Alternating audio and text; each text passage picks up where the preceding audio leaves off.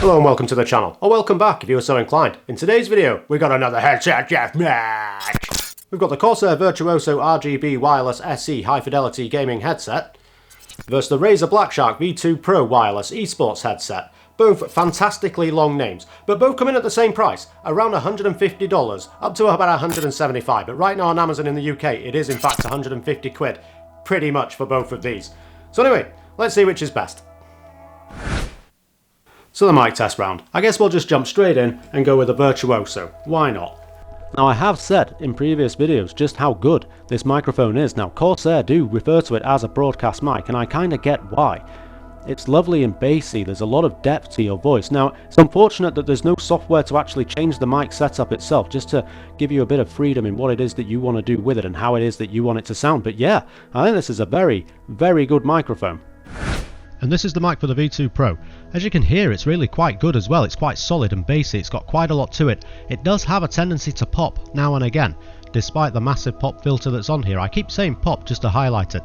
What I do like with this mic, that in the RAZER Snap software you can actually go in there and change the mic setup, which is outstanding. I prefer it when you have a bit more control yourself over how things sound. But yeah, I think it's pretty good, and honestly I think between the two mics, yes, the broadcast mic is fantastic, but the fact that you can change the setup on this, it wouldn't surprise me if you can get the same, if not slightly better quality on this. But I would call this round a draw. I really would. I think this one's a draw for the mic test.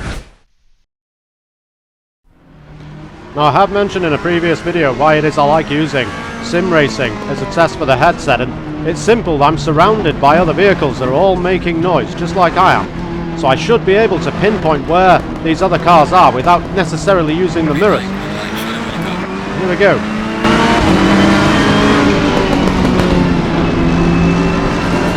Car on the left. Clear on the left.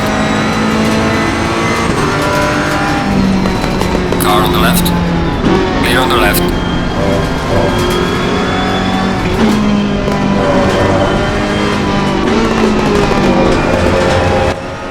A lot of 7.1 audio is all very samey. Now this isn't a bad version of it, but it's not great either, just like the rest. Nothing really special with it. However, it really does pick up on the high-end pops in the engine, not necessarily in a comfortable sounding way, but reproduces the sound all the same. Very good. Here we are on the BlackShark V2 Pro. Already those pops and cackles that I could hear on the Virtuoso are definitely not present here, or they are, but they're very dulled off. But the surround aspect of this feels way, way superior. I can definitely hear where the cars are. Car on the left. I can hear the chap to the left, and the chap forward and left.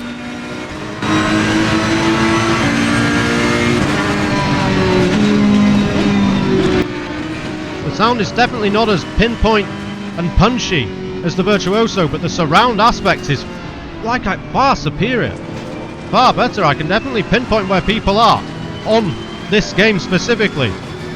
I have played Warzone, not so much, but overall I think the audio from this is definitely better than that on the Virtuoso. Yeah, for me the audio, the V2 Pro takes it.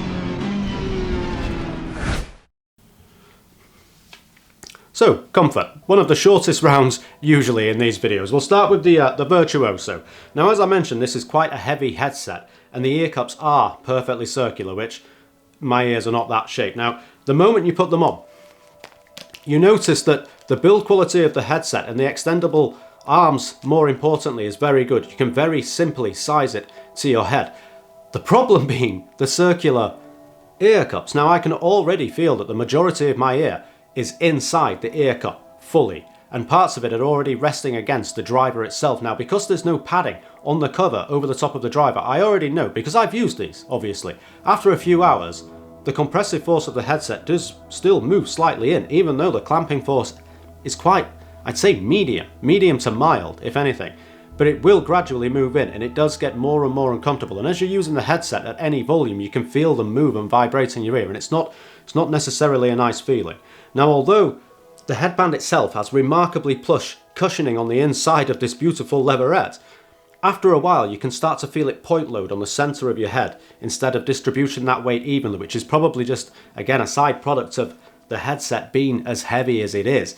Now, let's move on to the RAZER.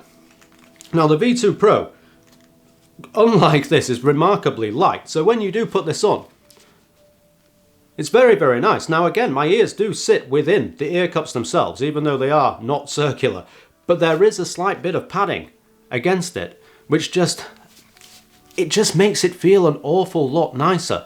There's very little weight to the headset, as previously mentioned, mostly due to these very thin arms that hold the ear cups to the headband itself, and honestly, you can barely feel it on your head. The cushioning here spreads the weight nice and evenly.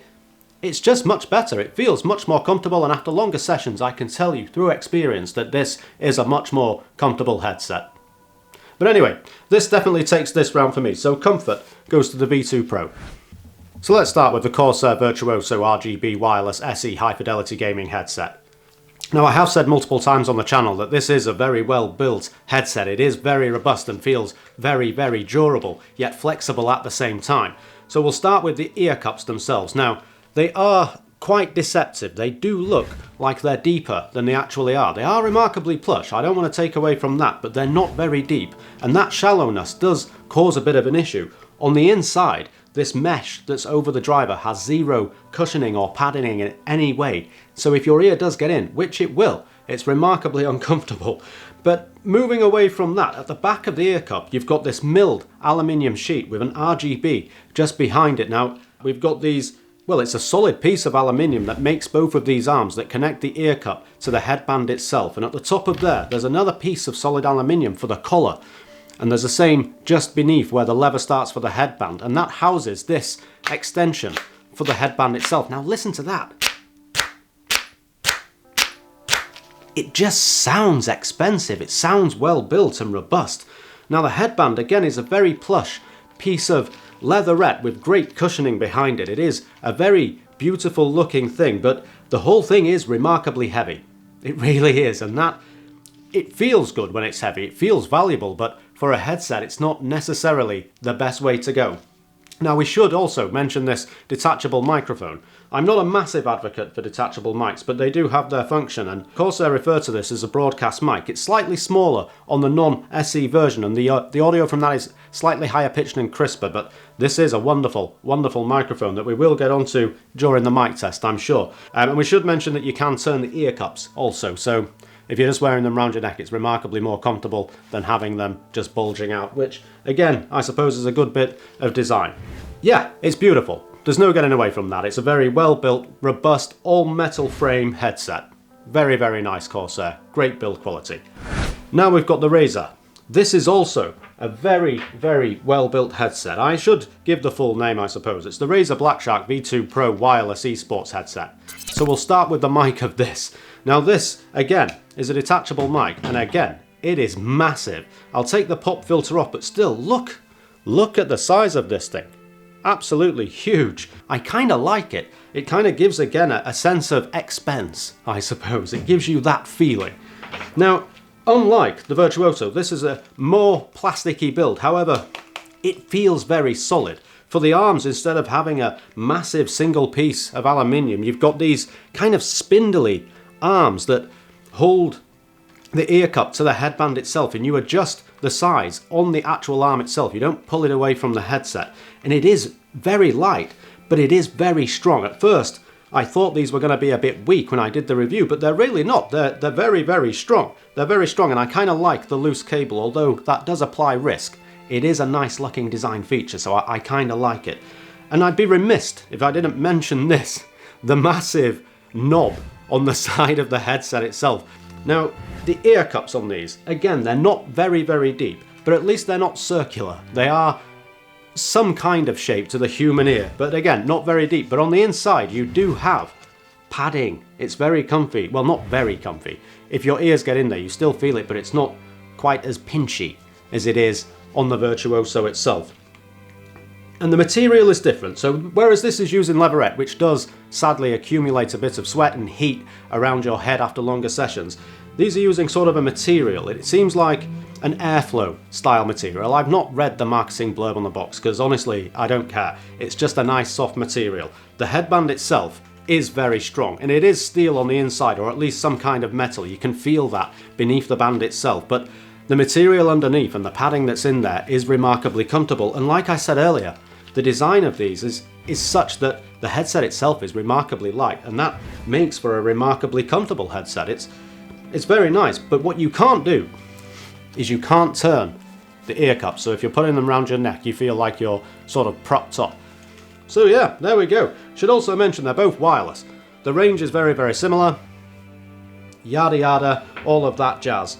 Now in terms of a winner of this round, simply because it's design, build quality and style, I do have to give it to the Virtuoso. I do feel that this is a very beautiful looking headset, but again, that is subjective, so you may have a different opinion, but there we are. I just feel that they're much stronger built, even though these are very well built. I don't want to take that away from Razer at all. It's just these are all metal. And as we know, all metal structures tend to last longer. But again, they're not the oldest headset in the world, so that remains to be seen. But for me, this round goes to the Corsair. Accessories and features. I suppose we'll start with the Virtuoso. We get the obligatory paperwork that I'm not going to read to you. But beneath that we have this wonderfully plush carry case from Corsair. Now this is a very nicely padded material. It has magnetic locks. There's two magnets, one here and one here, and that's very nice indeed. Between the two magnets emblazoned across this little piece of metal, you've got Corsair's logo. Now on the inside of the carry case it does feel rather strong. It feels like it's been slightly reinforced, and you do get the sense that it would in fact protect your headset. But I'm curious how much of my money that I spent on a headset actually went into making this and not the headset itself. But anyway, moving on, we've got the Type-C connecting cable that you can use to charge your headset and indeed just connect up. You do get higher fidelity audio over the cable, and the mic does sound slightly better. And it is quite a lengthy cable as well, and I do like that it's Type-C and not Micro B. Always a better way to go. Then you've got the standard 3.5mm jack, 4-pole connector, so you do just plug it into your PlayStation or Xbox controller, and that's how you get up and down audio. All very lovely, and both these cables, by the way, are braided. They are very nice and do feel very, very posh. Then we've got the microphone. We've already kind of mentioned it, but we may as well again. Both these microphones are in fact detachable, and this is nice and keyed, but I just love how obnoxiously big it is. But it's very nice, and it is metal all over except for the strip that's just flexible, obviously. Now to mute the headset, you do in fact press the button on the bottom of here, and that will light up green when you're not muted and red when you are. I prefer it if it just showed red for when I am and not always had a green light in front, but that may be something that can be changed in the software. Then we have this, the 2.4 GHz receiver. Again, it looks very, very lovely. There's a nice metal strip around the edge, although it does feel a bit plasticky. But it does look very nice, but it is rather big. It doesn't block the other ports, however, but again, I think they've just gone for that obnoxious approach. But it's all very nice, and on the headset itself, you've got obviously the Type-C connecting port there for when you're charging or just wiring into the computer. Just next to that, right at the very bottom of the ear cup, you've got the 3.5mm connecting jack. And next to that, you've got the keyed connector for the microphone itself. Now on the other ear cup, we have this. This is the selector between being connected by USB or being connected wirelessly. Nice little switch, and it is very tactile feeling. Kind of nice. And above that you've got the volume rocker. Not really a rocker, it's just an infinity wheel. It just keeps rolling and rolling and rolling, but that is a solid piece of aluminium, and again, in keeping with this headset, feels very expensive and very, very nice. But there we are, that's the Virtuoso. All very lovely. So the RAZER BLACKSHARK V2 Pro, eSports wireless, yada yada yada. We'll call it the V2 Pro. Again, comes with the obligatory paperwork that I'm not going to read, and then we get this. Now, comparatively speaking, for a carry case, there's no comparison, but I don't actually feel that this is made specifically to be a carry case. It's more of a dust protector than anything else, and Razer haven't put their logo on, just these lovely green tassels at the side, but there's not really a great deal more to say about that. But then we've got this, the micro USB charging cable. Again, it's not Type-C. Now you can use the headset when you are charging, there's no real issue with that, and it is a braided cable, but there's not really much more to say, it just charges your headset. Then we've got this 3.5mm jack as per usual, and again a braided cable, very lovely, you can do the same thing, plug this into your Xbox, or plug it into your PlayStation controller, and there you go. And then the microphone. Again, I want to mention the mic just because I love that the design of this is different to the one on the Virtuoso, obviously, where that's all a metal. I still love how obnoxiously large the pop filter on the end of this is, and indeed the microphone itself. And it is very good. It does kind of guard you from that background noise. Not fully, but it kind of does, and it's very nice. I do like it. I like it a lot. I like how big it is, and again, it's a keyed connector, so you can't put it in the wrong way around. And then we've got this, the 2.4 GHz receiver. Very samey, but this one doesn't have the bit of plastic at the end to make it look like a piece of metal. It's a very stealthy design, and I like that. It's not very big. You can barely notice it. I do very much like this. Now, on the headset itself, all of the action takes place on one ear cup, and the other's left completely blank, which I kind of like, and it's all on the left-hand side, which again, for your trigger finger, everyone, keep it on the mouse. But we have to mention again the volume rocker here, just because of how big it is. Now, when you're using this headset, that does come in very handy. It's just quick. Sadly, the same can't be said for the mute switch. Now, the mute switch and power button are right next to each other. When you do put yourself on mute, the only way you know is by feeling that the button is depressed. There's no little beep in your ear to let you know. There's nothing at all. There's no light, obviously, on the end of this mic. And that kind of irritates me. I'm sure they could fix that with a firmware update, and I really, really hope they do. But like I mentioned, next to the mute switch, there's the power switch just there, and you do have to hold it down for 10 seconds, which is just as well, because the amount of times I've pressed that button instead of mute is remarkably irritating. Just beneath the mute switch, we've got the the USB or micro USB connector. I hate them, but there it is, they're very weak. Then we've got this, the 3.5mm jack, right on the bottom of the headset, again to connect to your PlayStation or Xbox. But that's pretty much it for both of these headsets. Now for me, I'd say the winner with this will be the Virtuoso, just because of how plush this is, because how nice these cables are. They feel very weighty. The headset itself has nice I/O to it. I like how it's laid out, and it does have that Type-C connector. So yeah, and again, it's just about the mute issue. It's a big issue for me, not knowing if I'm on mute or not, and I much prefer that I can see. Again, I'd rather it so it just showed a red light and then nothing when I wasn't muted. That would be very, very good, or swell. There's a term for it. But anyway, moving on. So in terms of compatibility, both of these headsets are compatible with PS4 and PC wirelessly. They're both compatible with the Xbox, but with a wire into the controller, which kind of defeats the object of spending a lot of money on a wireless headset just to wire it in. Now, where the RAZER stands out, however, is it's also compatible with Mac and the Switch, which pretty much sums it up. That definitely takes the round. It's compatible with more things, and that's the name of the game with this round. So in conclusion, the RAZER clearly takes this one. The scoreboard, I'm sure, is on the screen showing it off, but that's pretty much it. Now, I do want to point out that the RAZER is a very good headset. The audio quality is very good. It's very comfortable. The mic quality is very good. The build quality is very good, and I don't dislike the style. So happy days with this headset. The Virtuoso, however, looks very pretty and is built very well, and yes, it has an outstanding mic, but it doesn't sound very good, and it's definitely not comfortable. The audio isn't bad, but I'd expect more for the amount of money that you're paying. But anyway, there we are. The RAZER BLACKSHARK V2 Pro Wireless Esports Headset. A great name. But thank you very much for watching, everyone. If you did like the video, please leave a like. If you want to see more like this, don't forget to subscribe. If you didn't like the video, thank you for watching, I guess. But either way, have a nice day, everyone. Goodbye.